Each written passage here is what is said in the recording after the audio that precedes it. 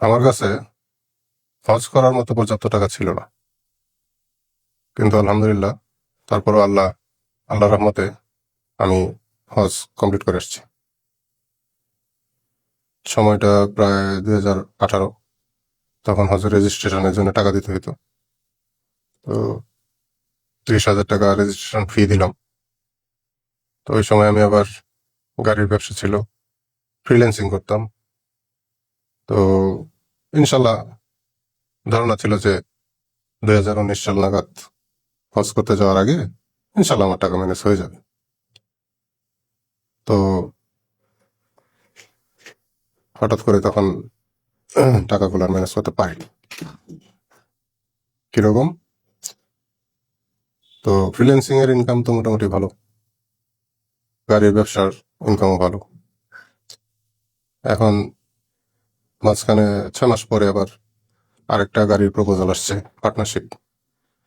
আসার পরে ওইখানে মোটামুটি বেশ ভালো একটা টাকা ইনভেস্ট করছি। তো করার তখন তখন চিন্তা ভাবনা ছিল যে আচ্ছা, হজের সময় যদি প্রয়োজন পড়ে তো গাড়ি একটা বিক্রি করে দিব, রেন্টে গাড়ির বিজনেস। আর 2016 সালে ওই পিএলআইডির অপারেশন, কোমর অপারেশন হয়েছিল, কোমর থেকে নিচের অংশ পুরো অবশ। তো সেই জন্য আমার আবার হাঁটাহাঁটি করতে একটু ঝামেলা ছিল। 1-1.5 কিলোর বেশি হাঁটা চলা করা তো আমার দ্বারা সম্ভব হয় না। যাই হোক, শুধু দোয়া ছিল আর একটা নিয়ত ছিল, প্রস্তুতি ছিল, এইটুকুই। তো টাকারও একটা হিসাব কিতাব ছিল যে ইনশাল্লাহ টাকাটা ম্যানেজ হয়ে যাবে। পরে যখন 2019 সালের ফেব্রুয়ারির দিকে টাকা দিতে হবে, আরো মিনিমাম 2 লাখ টাকা লাগবে। জুনে বা জুলাইয়ের দিকে তখন হজের সময়, 2019 করোনা শুরুর যে বছর, 19 সাল, সেই সময়ের হজ। তো ফেব্রুয়ারিতে টাকা দেওয়ার কথা, তখন টাকা নাই। ব্যবসার, গাড়ির ব্যবসাতে অনেক ওই মেনটেনেন্সের ব্যাপার থাকে। তখন ওই মেনটেনেন্স বাবদ বেশ কিছু টাকা চলে যায়। এখন আমার হজের আবার পার্টনার ছিল আমার মামা। উনি, মামা জানাইলো যে ফেব্রুয়ারিতে টাকা দিতে হবে মিনিমাম 2 লাখ। টোটাল ছিল সম্ভবত 3,20,000 বা 3 লাখ প্লাস। তখন ফেব্রুয়ারিতে হাতে টাকা নাই। গাড়ি বিক্রির কথা বললাম, যে পার্টনারশিপে যাই, যে পার্টনারের সাথে গাড়িটা কিনলাম, তখন বললাম সেই পার্টনার গাড়ি বিক্রি করবে না, ব্যবসা ভালো, কেন বিক্রি করবে?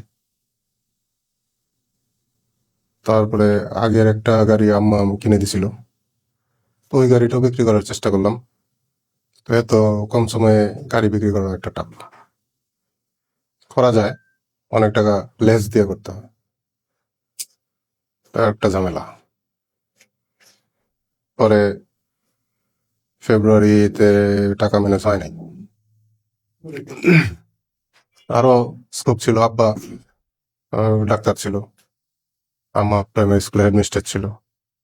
তো এর মধ্যে হয়েছিল কি, ওই আব্বা, আম্মার টাকা সহ আব্বার যত রিটায়ারমেন্টের যত টাকা ছিল সেগুলো নিয়ে আব্বা একটা মোটামুটি একটা ভালো মানের একটা বিল্ডিং করার কাজ শুরু করছে। করার পরে ওইখানে কিন্তু আর আব্বার হাতে আর টাকা পয়সা নাই, সবই ওই জায়গাতে আব্বার ইনভেস্ট করা।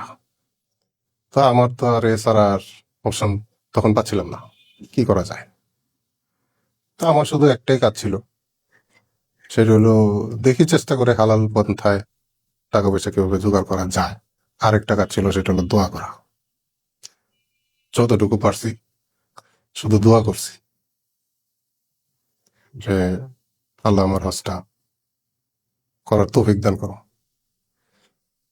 তাহাজ্জুদ হোক, ফজর হোক, যখনই পারছি এই দোয়াটাই করছি। আলহামদুলিল্লাহ, ফেব্রুয়ারি 2018 ফেব্রুয়ারি পর্যন্ত আমার টাকার কোনো স্কোপ নেই।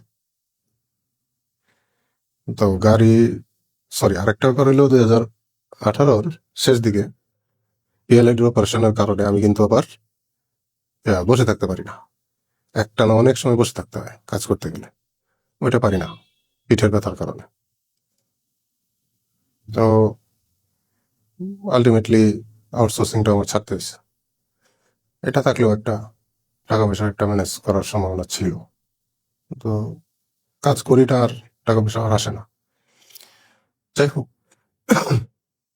ফেব্রুয়ারির পরবর্তীতে মামা আমাকে জানাইলো যে ডেট ক্লোজড। আমি দোয়াটা বন্ধ করি নাই, দোয়া চালু রাখছি। এইবার না হোক, পরের বার হইলেও তো ইনশাল্লাহ আল্লাহ একটা ব্যবস্থা করে দিবে। না, আর কোনো স্কোপ নাই, হয় না। আব্বাকেও বলছি যদি কোনোভাবে ম্যানেজ করা যায়। আব্বাও বলছে যে পরের বছর করো। আম্মাকে বলছি, আম্মাকে আমার টাকা তো সব বিল্ডিং এ লাগাই দিচ্ছে, কিছু করার নেই। আচ্ছা, ওকে, আলহামদুলিল্লাহ, সমস্যা নেই। আমি শুধু ওই দোয়াটাই করতাম। তো ডেট শেষ হওয়ার মোটামুটি ক্লোজ হওয়ার আরো 10-15 দিন পরে আমার ছোট বোন ডাক্তার রেজওয়ানা আর তার হাজবেন্ড ডাক্তার মাহবুব, সে মাহবুব, ওর ডাক নাম রুবেল। রুবেল আমাকে ফোন দিয়ে বললো যে ভাই আপনি নাকি হজে যাবেন না। বলছি যে হ্যাঁ, হজে যাবো না, আমার কাছে তো টাকা নেই।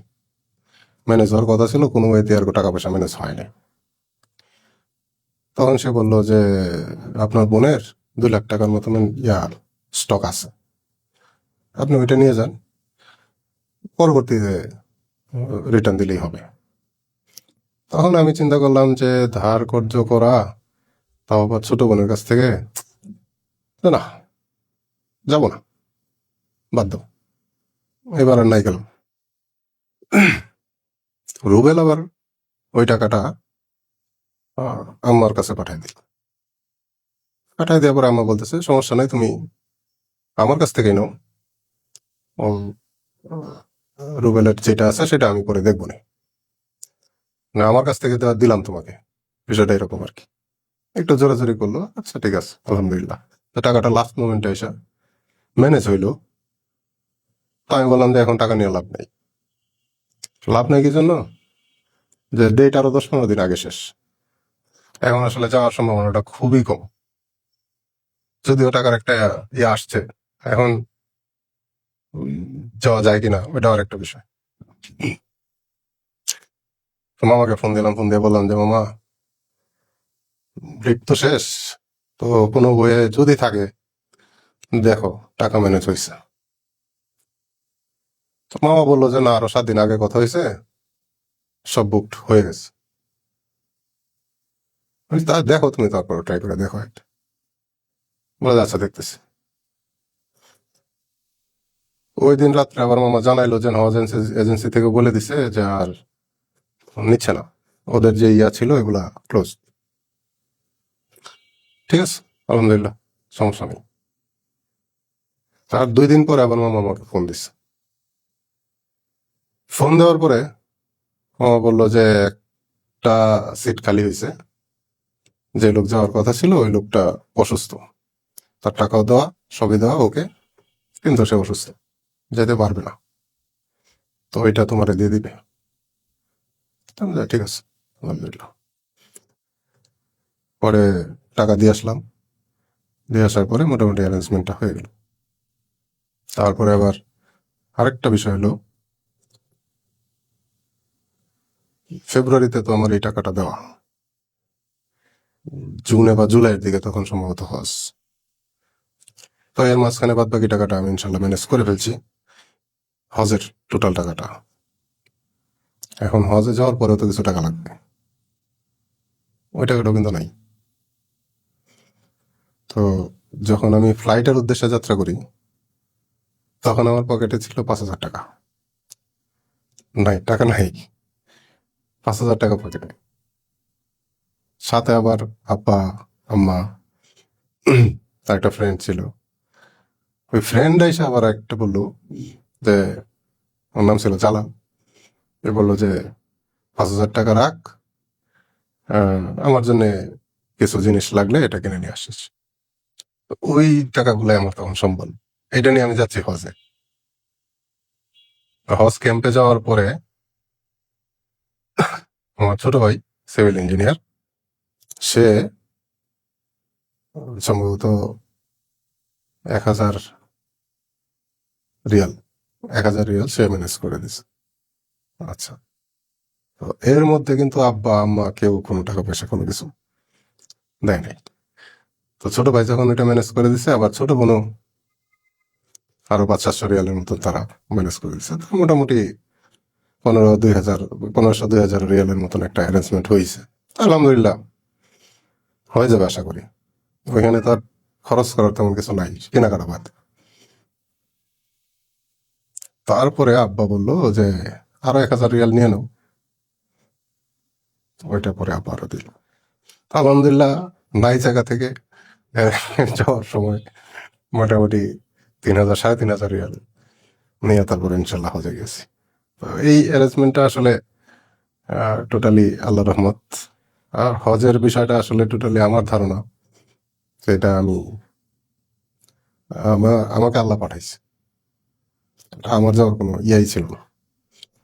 তারপরে এই অবস্থায় এই শরীরে হজ করার চিন্তাটা অনেক টাফ। আমার কাছে ওই টাফই লাগতো, মনে হইতো না যে এত সহজে আমি যা হজ করে ফেলবো।